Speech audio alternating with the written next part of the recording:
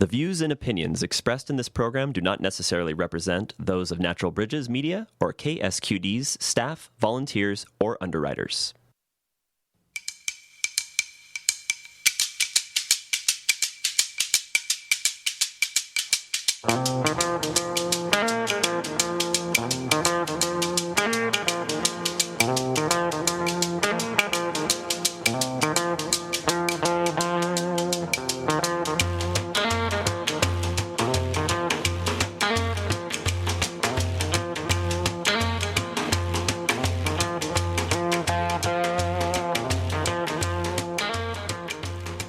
Hello and welcome to Talk of the Bay. I'm your host, Len B.A., and I am pleased to have as my guest today Jasmine Nájera, who is the CEO of Pájaro Valley Prevention and Student Assistance. Jasmine Nájera is a lifelong Santa Cruz County resident who is committed to serving her community as a licensed clinical social worker. She received her MSW from the University of Texas at Austin in 2005 and a bachelor's in history from UC Santa Cruz in 1997. She is married and a proud mother of 2 children who keep her and her husband busy, their hearts full and excited to see them grow. Jasmine is proud to serve on the board of directors for Monarch Services and for the Pájaro Valley Healthcare District. Jasmine joined Pájaro Valley Prevention and Student Assistance last November as the new CEO. Since 1991, PVPSA has been providing comprehensive health education, mental health services, substance abuse and intervention and prevention services, and direct counseling to the students and families of the Pájaro Valley. Jasmine Nájera, welcome. Thank you so much, Lynn, for having me. I'm so excited to be here today. Yeah, it's great to have you here.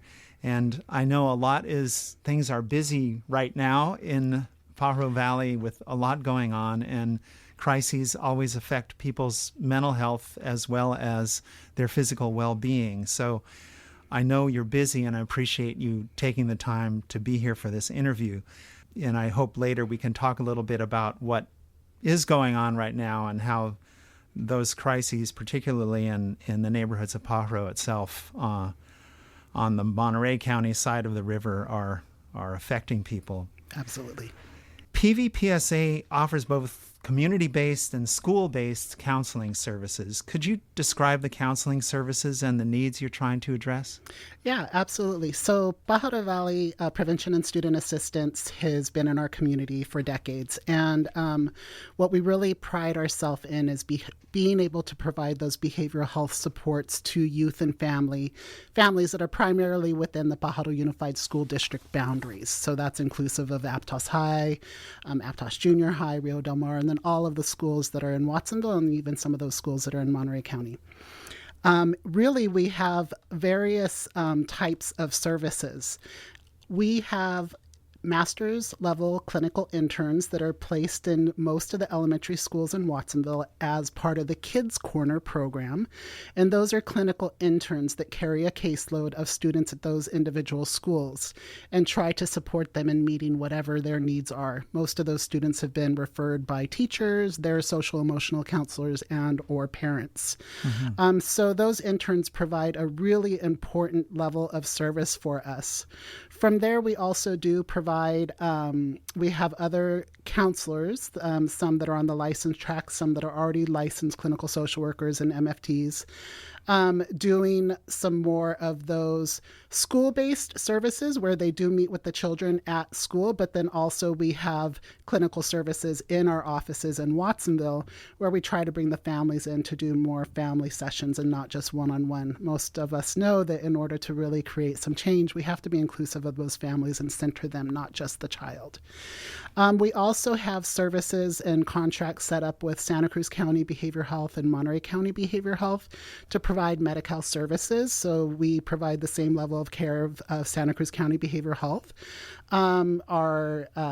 We are not as staffed as well as they are. We're a much smaller organization, but we do provide that level of care for moderate to severe mental health needs. Wow. We also have our crisis intervention team, and those folks get called out to the school site every day for multiple different issues. It might be a student is feeling suicidal. It might be a student has actually cut themselves. It might be a family trauma, an arrest. I mean, it could be any sort of issue. And so our crisis team stays pretty busy every day responding to those calls. And then we also... So those calls could come from anywhere in the territory you serve? Yeah, they mostly come from the schools. Mm-hmm. But yeah, we have gotten calls to other locations. And, the difference with our PVPSA crisis team compared to Children's Behavioral Health MRDI crisis team is that PVPSA cannot write those psychiatric holds. So we need to pull in county behavioral health and or law enforcement if it gets to that point of writing a hold for a child. Wow. Yeah. So, as I said, we also provide case management, and that's just to kind of really provide hands-on assistance to youth and their families around basic needs and really supporting them with linkages to other services and programs. And sometimes, people may need a therapist, and sometimes they just need somebody like a case manager to kind of hear out what their needs are and help them link them to services. Right. And there are, there's such a mixture of services and through so many different agencies that navigating that, especially if you haven't been on the inside of it at all, it really helps to have somebody guiding you. It's incredibly complex. And I could speak a little bit from, this is a full circle experience for me to be back at PVPSA, a community-based organization. Back after I graduated from my undergrad, I started working at Phoenix Services, which was an older CBO in Santa Cruz County. Was there for about a year and then got encouraged to come to apply for Children's Behavioral Health. And so for the last 20 plus years, I worked for County Behavioral Health, primarily overseeing our forensic services, so our jail behavioral health services, mental health liaisons to law enforcement. So now that I'm out of the county and back sitting as a leader of a CBO, I feel like I've become bilingual in a new language of that county language and then CBO language. And it's really given me an advantage to understand in a different way how CBOs have to really work and advocate. And it's also given me an appreciation for the way that we're able to collaborate and coordinate, specifically here in Santa Cruz County with our partners. And I think that we have a pretty good model. There's a lot that we can continue to do to move forward, but we have really strong coordinated efforts down in South County to meet the needs of the community there. Yeah, and you have a broad array of services, and among those, you have a number that are focused really on youth substance abuse prevention. Yes. So could you talk, just to set some context here, what are the impacts of substance abuse on youth and their families, and how are you approaching the problem? Yeah, we do have teams that do prevention work, and we also have a couple of substance use disorder clinicians that go out and meet with individuals individually, and then also that facilitate groups. Substance use, people use to cope, right? Oftentimes with things that they're unable to do on their own. Unfortunately, the consequences and the risks are much greater today than they may have been in years past, specifically around fentanyl, right? We've heard a lot of, a lot of folks have overdosed. There's been a lot of loss in our community, and it's increasing. And unfortunately, with just 2 small grains of fentanyl that look like, 2 small grains of salt, that's enough to overdose.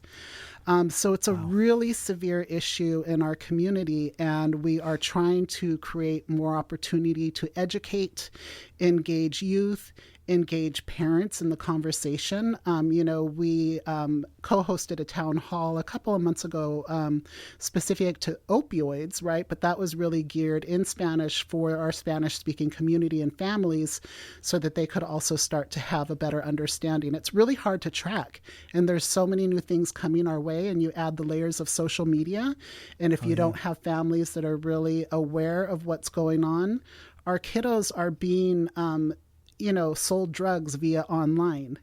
And we really have to support and educate all of us to really see where we can help intervene. Yeah, and there's an enormous, I know just from personal anecdotes, there's an enormous black market just for cannabis products. Right. And and it's, I grew up in the 60s and early 70s, and cannabis was around and it was illegal. But now with the advent of edibles and extracts and stuff, I've heard a lot of stories from people of having pretty difficult experiences just from overdosing on THC, basically. Yeah, I mean, it's not going to kill them, but right. they've had some serious issues where, they could have had some serious accidents or, in some cases, had some serious psychological consequences. Yeah. And what we really want to do at PVPSA is really provide that education so that people can make better decisions for themselves, right? We can't change people's behaviors, but we can absolutely walk alongside them and help support and provide resources and education to make the best decisions they can for themselves. We also really want to create hope for our young folks. A lot of our young people are really, really struggling right now. And the pathway out of poverty, the pathway out of mental health, the pathway out of trauma is not clearly accessible for all. And so really my motto for PVPSA is that we want behavioral health care for all children in our community. No barrier, immediate access behavioral health care to all children in our community. And we don't have that right now. I think part of that is due to limitations of funding in certain areas. And the other part is it's really hard to hire clinicians right now. It's not exactly very glamorous to be a social worker and a therapist these days when there's so much need and demand for services, but the resources aren't always there to back it up. Right. And so, people will reach out to PVPSA and ask us, why don't you have a clinician at this school?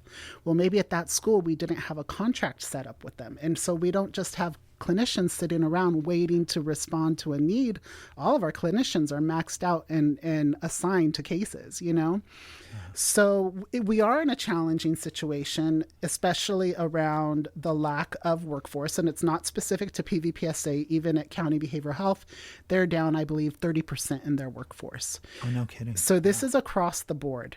Yeah. And it is really hard, especially as a CBO, to compete and pay folks in an equitable manner. And especially, unfortunately, when it comes to clinical services. And with PVPSA, we really are a training ground for clinicians in this community. We oversee and supervise anywhere from 10 to 20 master's level clinicians doing their internships. And then those folks go on. So PVPSA has probably supervised almost 300 interns over the last 30 years or so, which have contributed to the clinical workforce here in our community. I really want to find ways to create more pathways to success, more workforce development pathways for our youth to explore mental health careers and careers in helping people. Some of that may be becoming clinicians, but that may not always be the path. There's a lot of other places to support as well. Right. And when you say there's more demand than we can meet, I mean, it at the risk of sounding a little extreme, it seems there's an epidemic of trauma, and yes. And it's not always direct. Sometimes it's generational, and there isn't a general consensus that we're in a traumatized culture, but it seems apparent from the problems we're encountering, like the existential threat of climate change, for example, and the incredible inequality of wealth and income, that we do have a pretty dysfunctional culture. And so, until we begin to see that as a real legitimate need that legitimately needs to be attended to, then we're going to fall short. Which we have been doing. Right. So this kind of brings me to my next question. Your mission statement talks about addressing the social determinants of say that again, the social determinants of health. Mm-hmm. And for some people, that may still be an unfamiliar concept. Could you talk about the social determinants of health? Yeah, some of those core issues, right, is kind of dealing with upstream issues, not waiting until the issue is in front of us. But a lot of these challenges come from inequities around socioeconomic status, around employment opportunities, around access to medical care, access to health care. As you may know, I was on the Pájaro Valley Healthcare District. I was not reelected in November, which is okay because I was starting to oversee PVPSA, and that would have been a lot of work. But, our healthcare district in Washington Watsonville is really looking to become that kind of umbrella over our South County healthcare services to really have us organized in a service delivery. We believe that by focusing earlier on and in younger populations to intervene and assess for challenges, we can help change the trajectory of some of those youth.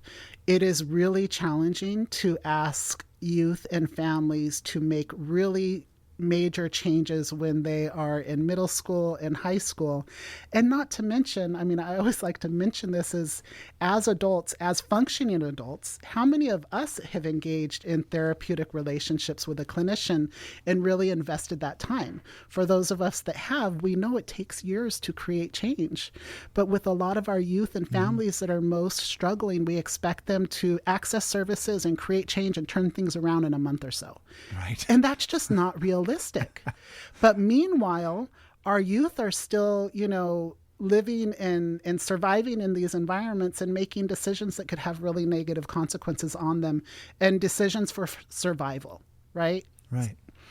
So we really want to focus collectively younger and really try to have a greater impact. So in our partnership with, right now with PVUSD School District, we're seeing how we might be able to have like a standard of programming for all middle school students that includes, it includes social emotional supports, social emotional supports and behavioral health supports. And, how do you deal with challenges? Right? Those conversations, and really kind of a set curriculum for all of those middle school students so that we know that they will all get that same delivery. But then we want to take it even younger, right? And work with the families. And we also have collaborations in North Monterey County around our 0 to 5 population with the First 5 collaboration of Monterey County, where we really do try to focus on those younger kids, their families, to really support them in getting their needs met, identifying what those needs are, and also really building those relationships with others, right? Sometimes people come to us and they're really isolated and really in this, just in this very isolated place. But if we can bring them into parenting groups, if we can bring them into children's play groups where they could play with their parents and have that, a lot of our families don't stop and play with their children because they're so busy running from one thing to the next, right? Yeah, I know families here in Santa Cruz where the parents are both working 2 jobs. Right. And so then, how else can you make it work in this community, right? I'm privileged enough to have been born and raised here and been transferred home ownership via my family, but it would be incredibly hard to find a home right now and purchase a home here. Right. And I'm a well-paid employee, Right. Yeah. So, we really want to create changes in our community, create changes in policy. It's not just about the programs and services, but it's also trying to change policies to really better support our community members and to break down barriers. We're right now a little bit in the muck of it with our current flooding in Pájaro Valley. And as folks know, the community of Pájaro was flooded and people were evacuated under very traumatic, it was a very traumatic situation. There was law enforcement going through the community ordering evacuations and trying to get people out and get into the vehicles. Now, if you're somebody who's undocumented or not trustworthy of law enforcement, or just you don't even know what's going on because you don't understand the language, right. Some people didn't want to leave. They didn't understand if that was help or what was going on. Right. So we really are trying to support those folks right now on the ground who have been placed primarily at the Watsonville Fairgrounds. Monterey County is overseeing all of that, and our community-based organizations are eager to collaborate and support. Because we haven't had this experience where we've gone through a recent crisis with Monterey County in the way that we did with Santa Cruz County at the beginning of the year with floods, where we just kind of kicked in and everybody, we were rolling. We all knew each other. We all had that mutual respect and trust. Right. And we don't actually have that right now with Monterey just because we're not used to working with them so closely. Right. So it's a bit of a challenge to get our our community served in the way that we believe the community-based organizations who are the experts in serving this community, because we have been for years. It's been really hard kind of waiting for us to be given the go by our Monterey County partners. So we're really pushing and really trying to advocate for what our community needs and breaking down those barriers to allow the CBOs in there to really support those folks. Yeah, and it makes such a difference. I mean, community-based organizations like yours and PVPSA has been around since 1991. Like, that's right. 30 years of experience right there on the ground. That's invaluable, and yet you find the same in any type of agency that, somebody's in charge may not know what the people who they're working with know. And so there's always a little development curve on that. It's a delicate walk where we need to push and urge and advocate and continue to meet the needs of the folks that are reaching out to me. Not just to me, but to us. Understood. Right? Yeah. And really, PVPSA is a strong partner with our other community-based organizations like Community Action Board, like the Santa Cruz County Food Bank, Community Bridges, the school districts, County Office of Education. We all work and meet weekly to talk about the needs in the Pájaro Valley and what's going on. So we have a strong collaboration set up that's really ready to go and meet the needs. And it's been a difficult time for us to make that happen. And so we're really concerned about the folks that we serve and really want to try to get in there and really get their needs met. Yeah, well, it seems like you need somebody who has the authority to do something from Monterey County to be part of those meetings. Well, we did see in media today that Governor Newsom was in Pájaro, and he was there with our supervisor Felipe Hernandez from Santa Cruz County and Luis Alejo from Monterey County. So we're really hoping that maybe some more attention and more support will be coming our way. Great. And just real quickly, just for these folks are the folks, our agriculture is going to be greatly impacted. These are employees, right? Farms have been destroyed, flooded out. And so these are going to have really long-term impacts. And it's not like once Pájaro is clear of water that people will just be able to move back there. Most of those folks are not homeowners. The folks that are going to get the support are the homeowners once they go through the whole FEMA process. Right. But what about those folks that are not going to have housing? And maybe some of those landlords aren't going to let them back in. What are we going to do for them? Well, yeah, and if they get money to fix up the homes, they may decide, now I can move into a higher rent bracket. Or exactly. It's, those things. It's really a humanitarian crisis right now, what we're seeing, and it's unfolding day by day. And it's very, very concerning. And unfortunately, it's giving us more practice on how to do better next time. What are those ways that we have learned from our past mistakes? And are we still in some of those? And, so it's been frustrating, and I really want our community to know that we really are having daily meetings with the city of Watsonville, the county of Monterey, county of Santa Cruz, to really try to problem solve these issues and really ensure that we have supports there. For example, around behavioral health supports, we've been meeting this week to ensure that there are clinicians at the fairgrounds that can meet with people, assess their need, support them in a trauma-informed approach, and really also have the language capacity, because many of these folks are not only Spanish speakers, but many speak an indigenous dialect. And so not only do we need Spanish interpreters, but we need other interpreters that could come in that are just hard to find. Yeah, there's few and far between. And that's one huge asset of Community Action Board, that they actually have 5 Indigenous language interpreters on staff. Wow. And that was really a result of the work that came out of the South County COVID triage group that started meeting at the beginning of the triage, where the same thing, the community-based organizations started rallying and meeting together in South County because the needs weren't being met for the community. And so they've done an amazing job to really, like I said, we continue to meet on a weekly basis to talk about challenges and needs and really uplift how we can problem solve those. That's great. If you're just tuning in, my guest is Jasmine Nájera. She is the CEO of Pájaro Valley Prevention and Student Assistance, a community-based organization that's been around for over 30 years now.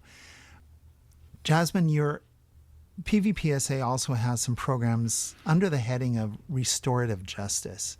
And I wondered if you could tell us about those programs too. Yeah, some of our programs ebb and flow, so it really depends on contracts. We do have a current contract with Santa Cruz County Probation. Really, what we've been trying to do is have family nights with some of those. Probation really wanted to support us in supporting our families coming together and doing activities together and really having presentations on these are the resources. This is how we can link you. Getting our families more connected and less isolated. That's one way. We also have different programs with Watsonville PD around, we created in collaboration with Monarch Services Community Action Board and Watsonville PD, a trauma response team. So anybody that law enforcement comes across, and whether it be because they have come to a crime or a scene or whatever, if there's a traumatic event, they can refer folks to this group and we will assess them and link them and provide supports to them. And so we really want to be that clinical support for folks when they come into contact with law enforcement, that they can hand them to us. Right? That we can support them. But even more than that, we want to prevent people from getting caught up in the criminal justice system. Right. And so if there's ways that we can work with, why am I forgetting the word? Prevention and deterrent, right? So that really we can, when folks are having those first contacts with law enforcement, if we can intervene and not have them set on the track of going through the juvenile justice system, really that's what's best, right? Yeah. But we also want to give people opportunities to come together and restore, right? Restore relationships, restore wrongs. And really that requires us providing safe space for people to do that. And so any opportunity that we can, we will. We, right now we're in the middle of our budget season and planning for next year and the following year around what do we want to do? What do we want to look like? And I really am urging our staff to take a look at our current services. And is that really what our community is still telling us that they need? And so I really want to shape our programs and services around the demand in our community related to behavioral health services. And so for this next year, we're really going to try to maintain some stability. Our staff has been through a lot over the pandemic, and really going a little bit deeper to make sure that what we're doing is really great service for the community. And if we need to pivot and we need to make some changes, then we will. So, I'm about 6 months into this new role, been meeting with all of our staff, been connected to community partners and really taking it all in. And then we're starting to make some adjustments and reaffirming who we are, what we do, retraining our staff to kind of just make sure that everybody's regrounded. It feels like one of those snow globes. Is that what they're called? When you shake it up and then everything's just still settling, the snow's still settling. I feel like we're all still kind of settling kind of post-pandemic. However, we've had crisis after crisis come our way. So it's re-traumatizing not only for the community, but the service providers as well. So I, in my role as leader of that community-based organization, I really want to provide some stability and some recovery for us, some restoration for us. Yeah. And in regard to those interventions for, kids who get in trouble with the law, they, it's their first time, maybe they're 12 or 13, they trespassed or they got caught with a, illegal substance or whatever it happens to be, or they got involved in some violent event. They may have been not intending to be there, but they got there and it happened. And I know there are sometimes programs, diversionary programs, essentially, where kids, prior to reaching adulthood, they get a chance to do community service, or they get a chance to do some kind of, controlled and constrained activity for a while, that it keeps them out of having to go to juvenile detention or something like that. And there are also programs for kids in juvenile detention. Yes. And some of those have proven to be really helpful. Some have not. Where does PVPSA kind of mesh with those things that are going on? Well, we believe it all starts with the relationship. You cannot go in and create or support change without having a strong relationship and trust be built between that person that you're trying to help and me as a clinician showing up. Right. I can't come that first day and be like, okay, tell me everything that you've done wrong. Let's fix it. I mean, it takes time to create that trust.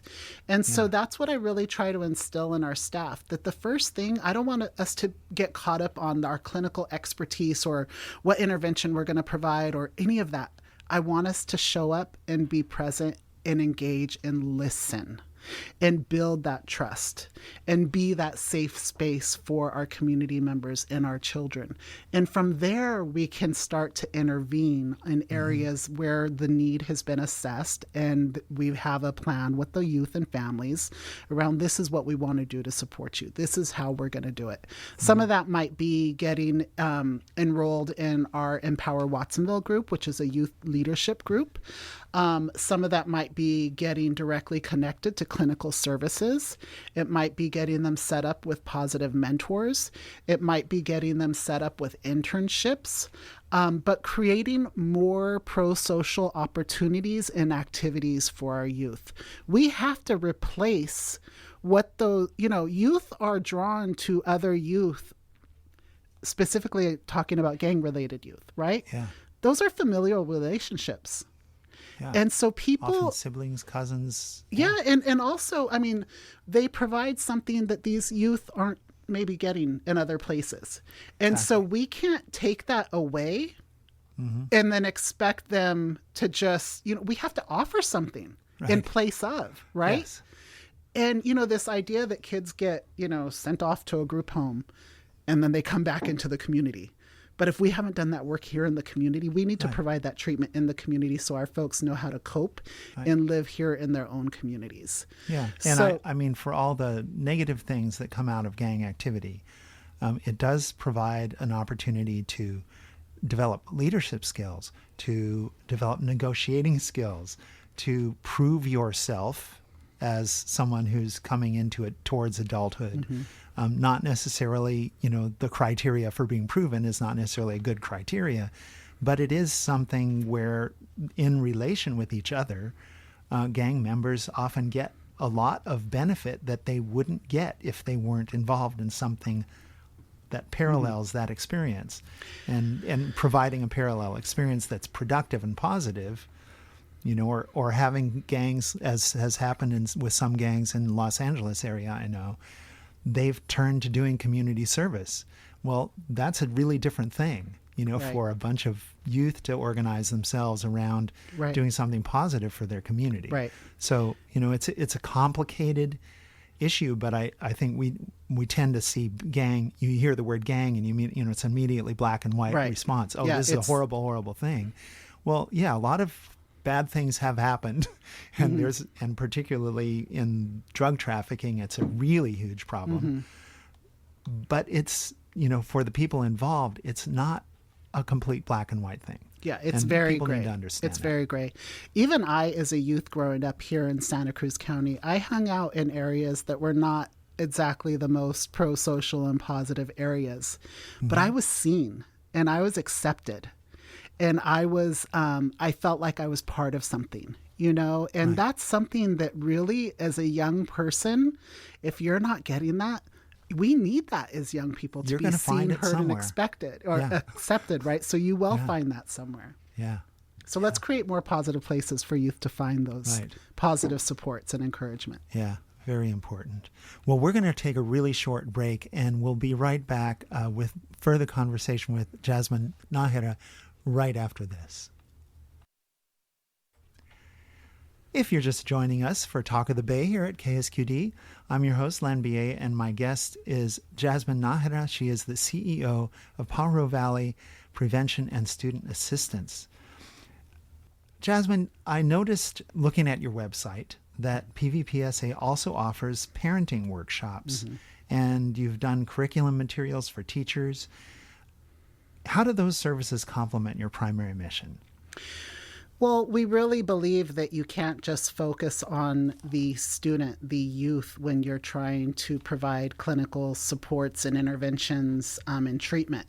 We really need to look at the family as a whole and provide space for them to be together and to communicate and work through challenges together. Our family strengthening groups is exactly what that sounds like. It's to strengthen those family bonds with each other. And so we provide opportunities and spaces for family and their children to come together, to learn together, to do activities together, to hear presentations from other community-based organizations to let them know how they can access services there. Maybe at times even bringing folks in from the county or the city to help explain things better. But really, we try to bring those folks together to create a sense of community, that they're not alone, not only within their families, but together as groups of families. And we have our case management staff, promotoras. A lot of those folks help support these events. And it's really beautiful to see. At the end of the year, we had a final event that we had in partnership with probation, and we had about 15 families there. And to have them all show up and we all ate a meal together, we gave away some raffle items and just really had a meal together. And people showed up, and it was beautiful to see. And really, a meal and food is one of the biggest things that can bring people together, right? Right. Yeah. It's so we fundamental to the human experience. Yeah. So, we really want to engage the families. We don't want them to feel like we're over here providing treatment to their child and they're not engaged in something.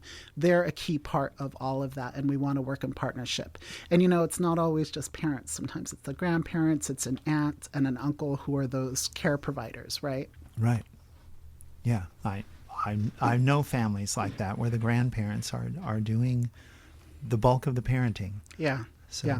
And a lot of those, some of those families have, the challenges of parents being incarcerated, grandparents being incarcerated, uncles being incarcerated. And really, we want to stop that cycle of incarceration from generation to generation. And so one of the things that I would really like to see moving forward, and this is something that PVPSA might consider doing, is really identifying groups of families that are raising those children in absence of the parents who might be incarcerated, and really provide that extra support. And it might be because I'm a little biased. I had that personal experience of having family who's been incarcerated, parents who have been incarcerated. And it's a shame that you can carry with you. And, when people ask, where's your mom? Where's your dad? You don't have a dad, it's challenging for those kiddos, and it's not their fault. And we want to destigmatize that. We don't want our children to carry that burden, and then that on top of if they're depressed, if they're anxious, our children and families are carrying a lot of burden on their backs. Right. And we want to support to try to lighten that load a little bit. We can't make that change for individuals, but I surely can open up the door to show them what the possibilities are and walk them alongside with them to help get them connected to those. Right. And that's so important to realize that there are other opportunities, other possibilities beyond just following in the footsteps of whatever family member might have, ended up incarcerated. And it's difficult enough when people are released from prison or jail to get reintegrated. So it's like adds to the burden of the family either way. It's just a system that isn't exactly succeeding on high marks for not at all. Rehabilitation. Since you're working a lot with issues of substance abuse, addiction, and sort of the conditions that bring that on. In California, we've decriminalized cannabis, but still nationally, we're very much in this policy context of the war on drugs, which started over 40 years ago. Is current drug policy helping or hurting in the effort to reduce substance abuse and addiction? Ooh, good question. On the one hand, it's great to see people maybe not getting arrested for marijuana, right? Having marijuana on them in the ways that maybe in the past they would. Having worked in our county jail for about 10 years, there's a lot of people in there that personally I really don't believe should be in there. They're in there for issues of drug addiction, for being unhoused, for being mentally ill. It's not the space where people need to be. And a lot of this is because of the drug use, right? Am I an advocate of, decriminalizing everything? No, not necessarily. However, what we've been doing doesn't work. And we do need to stop criminalizing people for using substances to cope with real issues that they have that they cannot deal with or cannot really make change around, right? And people are stuck. People can't make their rent. People don't have their jobs. People aren't getting paid enough. I mean, there's so many barriers. That should not be one. On the flip side, if we have a really serious drug issue in our community and in our country with more, I don't believe that marijuana is the primary issue. I believe that things such as fentanyl, things like opioids, those are things that are killing our folks, our community members. Yeah. We do need comprehensive policy change that doesn't put people in custody and in jail for those types of crimes. That's different than people that are trafficking drugs and all of that. I'm talking about folks that are using. We need something different to support those folks.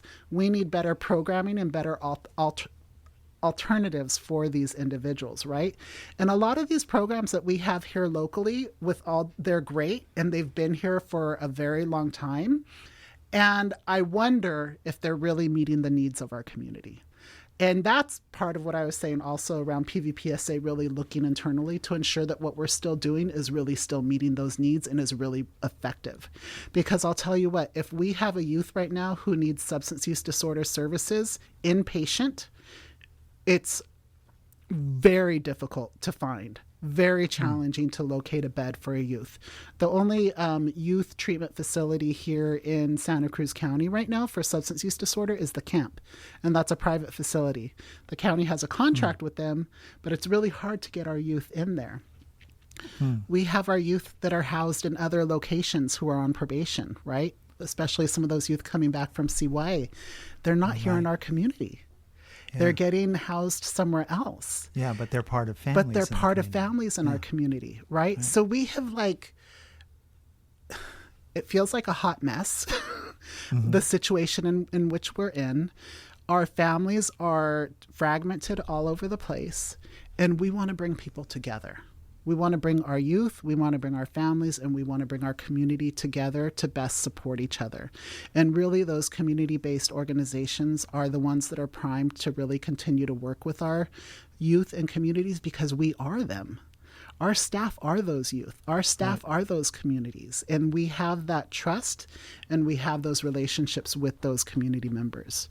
So there's so much need out there. If I could wave a magic wand, I would create transitional housing. I would create supportive housing. I would create gender-specific programs so that women can have safe programs to get treatment in without being re-traumatized by being in a co-ed program. It's very, very challenging to have folks try to deal with some of these most core, deep issues with different types of distractions around them. Right. Well, that seems like a good list, a good beginning of a list, at least. Yeah. We want to continue to be a primary leader in our community around providing supports to youth and families. There's a lot of other community-based organizations, cities and counties that really want to do the same. And, I think the bright light is that I feel like here locally we are doing a better job at aligning in general. This flooding is bringing and highlighting some other issues and other challenges. Right. And we're going to have to learn how to partner better moving forward. But we're committed to continuing to be the advocate for our community members to really bring up and highlight those needs and issues on a daily basis. Great. If you're just tuning in, my guest is Jasmine Nájera. She is the CEO of Pájaro Valley Prevention and Student Assistance. Jasmine, Watsonville Hospital is I'll say, has transitioned from a for-profit hospital owned by a private equity firm to a nonprofit operation under the Pájaro Valley Healthcare District. There's no other hospitals in close proximity to the Pájaro Valley. How important has it been to secure the services of a local hospital for the area? Oh, this would have been one of the biggest equity issues of our time. To see Watsonville Community Hospital close was not an option because those most affected are the most vulnerable. If that hospital would have closed, our residents in Watsonville and in Pájaro would have to go to Dominican Hospital, which on a good day with no traffic, maybe 30 minutes, right, or hospitals in Monterey County. So the fact that we were able to collectively as a community and as many supports and as a state raise over $60 million in under a year to save this hospital from bankruptcy, I believe is one of the biggest stories that I feel incredibly proud that happened in Watsonville, right? Yeah. And that really gave me a lot of optimism of like, never say never, right? If there's a need, like we can come together and make this happen. And it happened with a lot of political will and a lot of work by, our elected officials to really make this happen.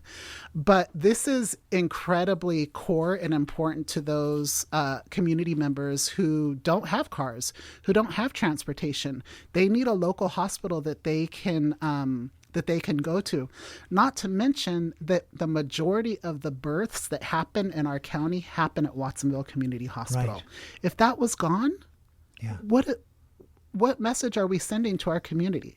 Mm-hmm. So I think that stable for now, Watsonville Community Hospital, right? They are still working at increasing stability and increasing ways that they can bring in more revenue and more funding.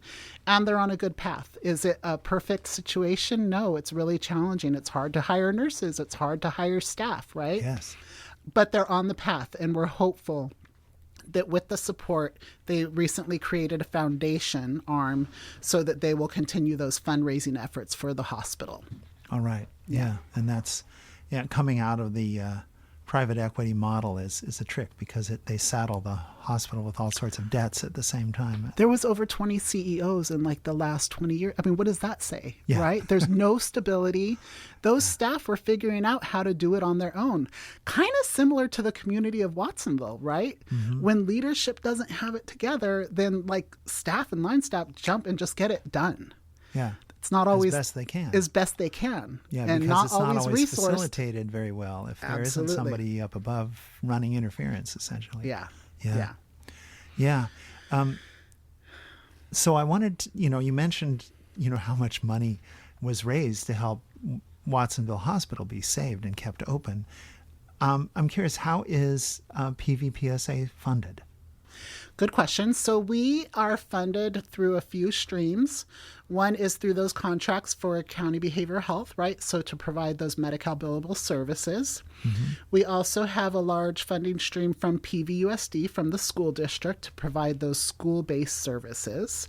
And then we also are funded through different philanthropy, different Sierra Health Foundation, SAMHSA. We regularly apply for grants to get funding for programming.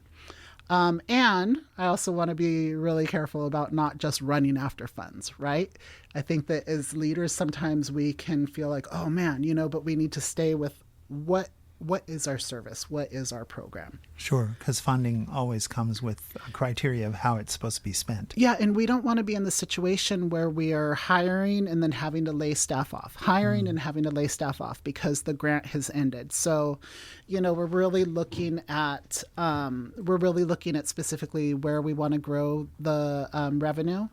And, the other thing that PVPSA hasn't really done traditionally is like an annual fundraiser or, auction or something like that to bring in like those unrestricted funds.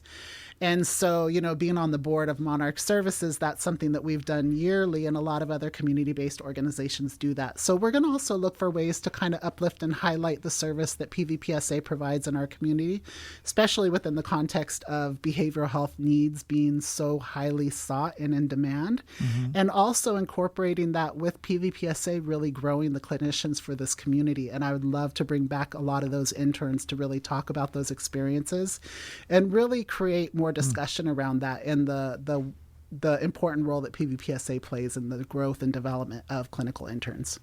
Yeah, that seems like such an important piece of what's going on. I mean, you're providing fairly comprehensive counseling services in a variety of contexts, and all those people who are doing that are, for the most part, they're doing their internship hours, right? Yeah, and many times to finish their license. Yeah, with clinicians, right? People. So as a clinician, I went into my master's in social work program, and I had to pay for that. Right. Yeah. And then in my internship, I have to go volunteer my time because most of those internships are not paid for. Right. And then once you're back in the real world, getting a job as a line staff, in an organization that traditionally just you don't get paid that much for being a clinician, and then having to pay back our student loans. Sure. Right. And and it's just interesting that it's set up in this way that I grew up just feeling like I was supposed to help. Yeah. And I was supposed to give back. I was given opportunities. I was given support. And that instilled kind of that same thing in me where I felt like I had to, right? Yeah. And while that was my calling, it's this strange dynamic of like, we can't just continue to give of ourselves. We have to create good boundaries for our own mental health. Yes. And it's something that we straddle and try to work with every day. Anyway. Yeah, that self-care portion is, critical for, caregivers of all kinds. Well, that's something that, after the pandemic, we've talked a lot about our youth and families need spaces to heal and spaces to have these honest dialogues. And one of the things that I keep bringing up to our leaders is like, what about us as leaders? We need spaces to heal with each other as well. So one of the things that I've been doing with one of our community partners is we're starting to host healing circles for our leadership. And so really bringing people together to talk about what that means to be in a circle together, to be grounded, to understand these generational traumas and how they show up today, to talk about the gifts and the baggage that we bring. And so it's really important for our leaders as well to have safe spaces for them to be together, to kind of let their shoulders down a little bit and be heard and supported as well. Yeah, that's great.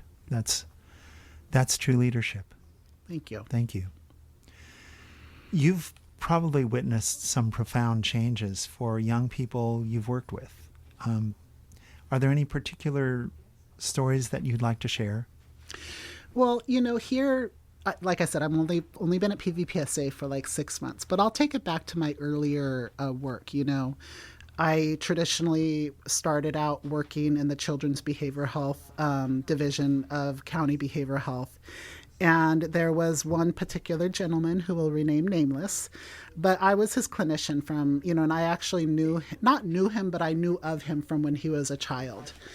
And through creating really strong partnerships and supporting his family and him and his community, we were able to really create a different path for him to make different choices about. And I'm just super proud of this individual because he really could have ended up in prison. And through intensive wraparound supports and through a team of people that really saw him beyond him being somebody who was caught up in the justice system, but as a youth in need, we were really able to provide other alternatives for him and really able to support him and provide a safety net. And now he's a thriving adult. He is working full time. He has 2 children. He's married. And I still see him in this community. And it's a beautiful thing because he always comes up and gives me a hug. And just, like he sees me in the way that I saw him. And I think when you can make those human connections and see past those labels of how people are labeled in our community and really make that connection, that's where the work can really happen. And again, it's about the relationships, right? Yes. I made a difference in his life, and he made a difference in my life. Yeah, it is. Everything is reciprocal, and we often forget Yes. that no matter what you take on, you're also being taken on, as it were. Yes. Something is happening to you through what you are trying to do in the world. Well, and when you're working with youth, if you're not genuine, they will see right through that. They will call you out. They will be the first to put you through it, So really, in order to do this work, you really need to be, have great, excellent boundaries, but also be very genuine and show up with an open heart, because we're asking our children and youth to do that with us, right? To be vulnerable, to share with us some of the most challenging things that they've experienced, and to allow us to help them, right? Yeah. We need to be open to. Right. Are you the clinical supervisor for your interns, by the way? Well, interestingly enough, that's how I started at PVPSA last year, was that I came on contract to be one of the clinical supervisors for those interns. And it was amazing for me, because I had quit the county and started doing this work, and it got me more connected with the community and mentoring of students. And so, no, I would love to be that clinical intern, but as the CEO, I can't. It's hard. We need more clinicians, really, and putting this out there. If there's licensed clinical social workers out there that are looking for employment, that would like to mentor and support our next workforce of clinicians, please reach out to me, because we would love to bring you on. We may not pay the greatest, but it's a beautiful family that is dedicated to the Watsonville Pájaro Valley, and we are there committed to help and really connect people. So if anybody wants in on part of that family, please reach out to me. I'd love to talk to you. Great. And we have just less than a minute to go, and I wanted to give you an opportunity to tell our listeners how to find out more about PVPSA, perhaps support the work that you're doing. Yes, absolutely. If folks would like to check out our website, you can head to www.pvpsa.org. You can always shoot me an email at Jasmine, Jasmine, period, Nájera, Najera, at pvpsa.org. There's ways to donate on our pages, but if folks are looking to donate specifically for the Pájaro flood recovery, we are encouraging folks to donate to the Santa Cruz Community Foundation and the Monterey Community Foundation. We're looking to kind of streamline donation efforts there, but if folks have a preference to donate specifically to one of their preferred agencies, we encourage you to do so. Well, Jasmine Nájera, thank you so much for coming on the show. It's been a pleasure. Thank you, Lynn, for having me. I really appreciate it.